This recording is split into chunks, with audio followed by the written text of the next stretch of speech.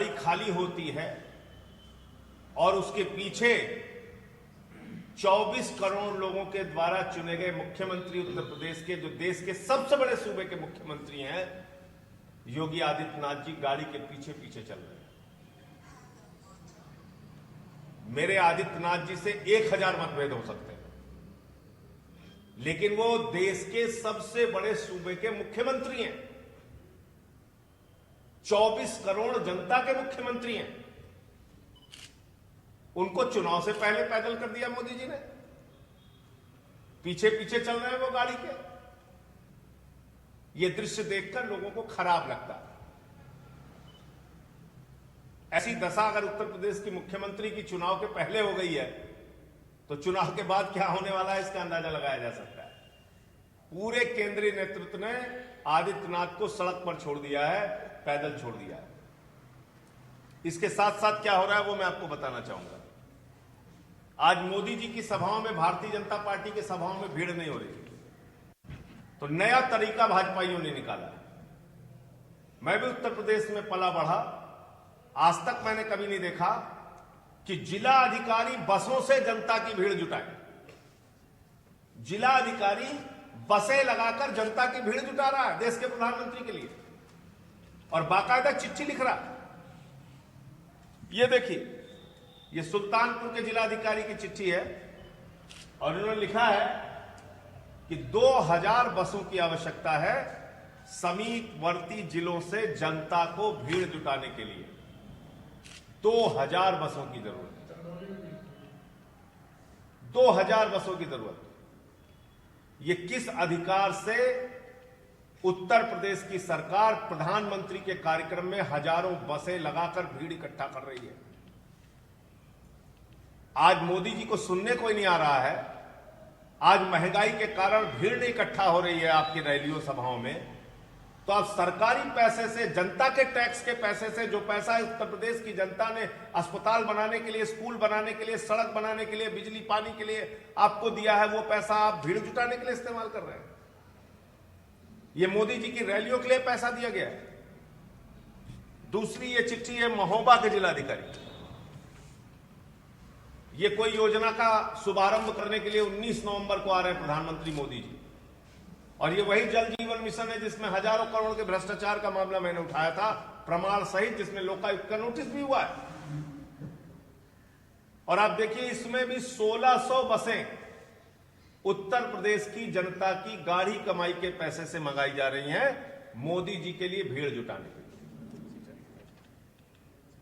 ये सिंचाई विभाग का पैसा इसमें लगाया जा रहा है।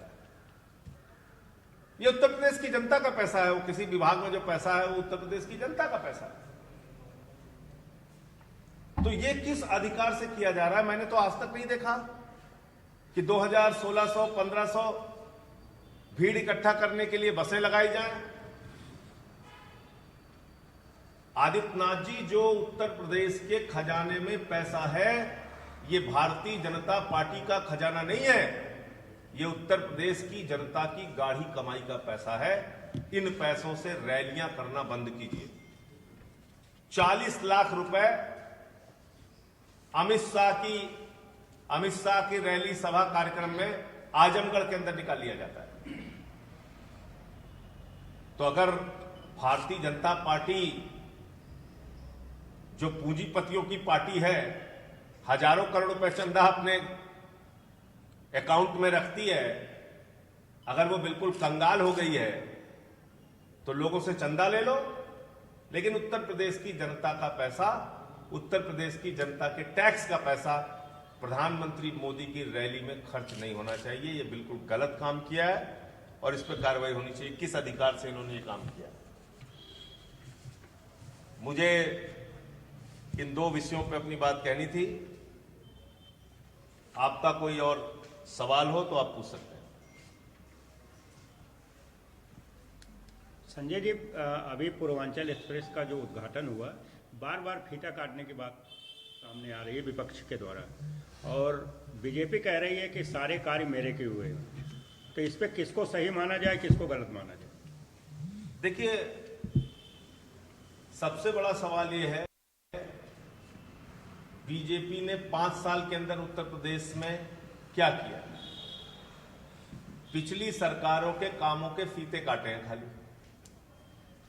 पिछली सरकारों में जो काम हुआ, कभी मेट्रो का फीता काट दिए, कभी नोएडा में गए फीता काट दिए, कभी इसका, माने एक्सप्रेस वे का उद्घाटन हो चुका था, दोबारा आगरा एक्सप्रेस वे का उद्घाटन कर दिया। तो ये तो साफ तौर पे दिखता है। ये पूर्वांचल का काम भी पिछली सरकार में शुरू हुआ था। तो फीता कटाई की मार और दौड़ चल रही है, लेकिन उत्तर प्रदेश की जनता इन बातों को समझती है।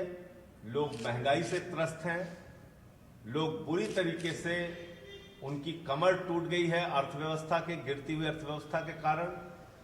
और आज उत्तर प्रदेश में जिस प्रकार से भ्रष्टाचार चरम पे है, कानून व्यवस्था बदतर हो चुकी है।